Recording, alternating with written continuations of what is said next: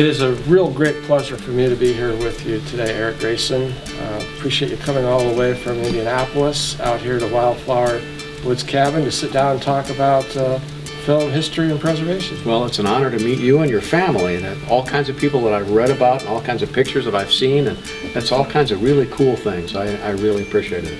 Well, our family really wants to express our gratitude and appreciation to you as the owner of this 1940s version of Laddie, and that you made available to have screened at the gala event at the Historic Embassy Theater in Fort Wayne. It was just absolutely amazing.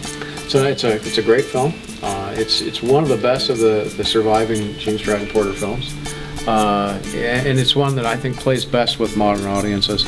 Some of the older ones, the 1934 Girl of the Limberlost, they're a little creaky, and some people don't like them as much, but the 1940 Laddie is the one I always say, that's the one we're going to trot out because people are going to enjoy it. But yeah, there were all kinds of roilings and things happening in Hollywood at the time, and Jeanette was really quite the businesswoman that always kept things hopping with those books, and that's why Laddie can't be shown in a lot of places.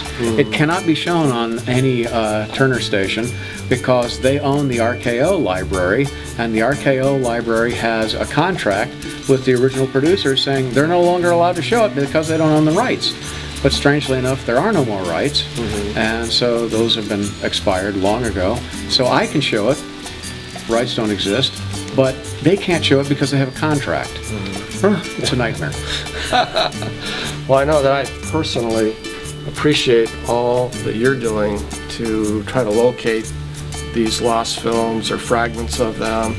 I know it's an enormous effort to search these out and look for them and look for those opportunities. Now, when you do discover content, how do you preserve it? What are the techniques that are available to us today? Well, there are all kinds of ways that one might preserve it. First of all, if it's a combustible nitrate film, the best thing to do is to give it to an archive and let them deal with it, because it needs air conditioning, it needs dehumidified, and it needs probably copied to some other format.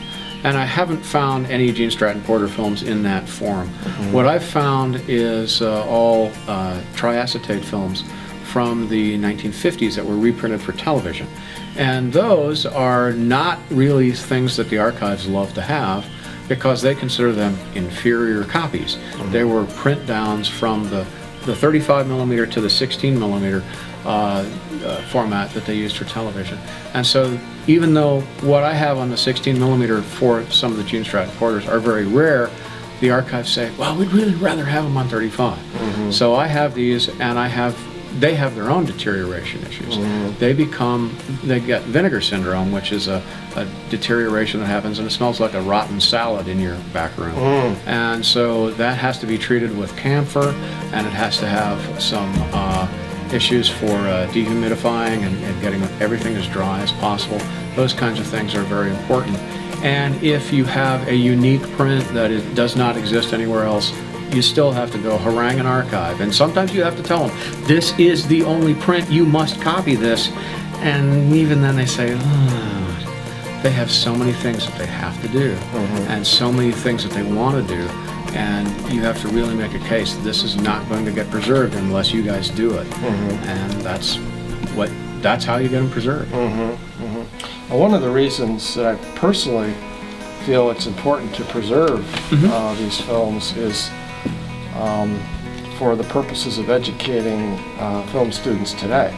I think it's good for the film student to look back and see techniques or ways of producing films, things that were done at that time, and how it's been built on, that the student today stands on big shoulders in this industry. Oh yeah, I absolutely agree. That's one of the reasons why I want to keep all of that technology around too.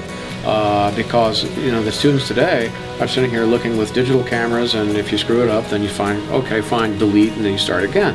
Well, these guys didn't do that. If you had a problem with a shot 50, 60, 70 years ago, you had to say, well, I really have to decide whether I want to spend the money to shoot that again. It may be $1,500 to shoot to make another shot, and do you want to do that? Well, yeah, we probably really ought to. And so you would plan things, you would do things in an entirely different way. It's a different technology, it's a different way of thinking. Today, movie making is expendable. It's something, okay, fine, we'll shoot 50 hard drives and it's good. You didn't do that in 1940.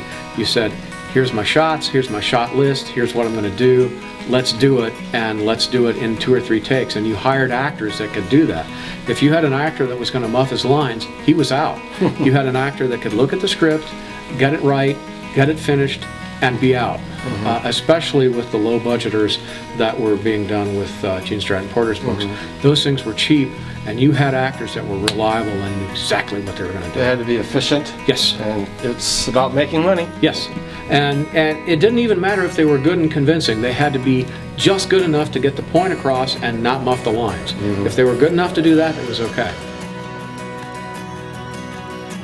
What I try to do with film preservation, with film history, part of the preservation is getting people to watch this.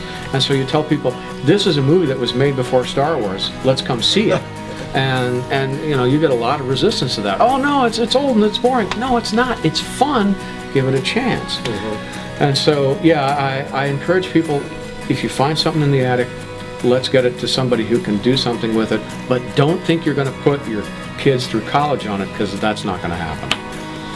Well, it's been a real pleasure talking with you about film history and preservation today, Eric. Okay. Thank you so much for coming out and joining me here. Thanks for having me. Pleasure.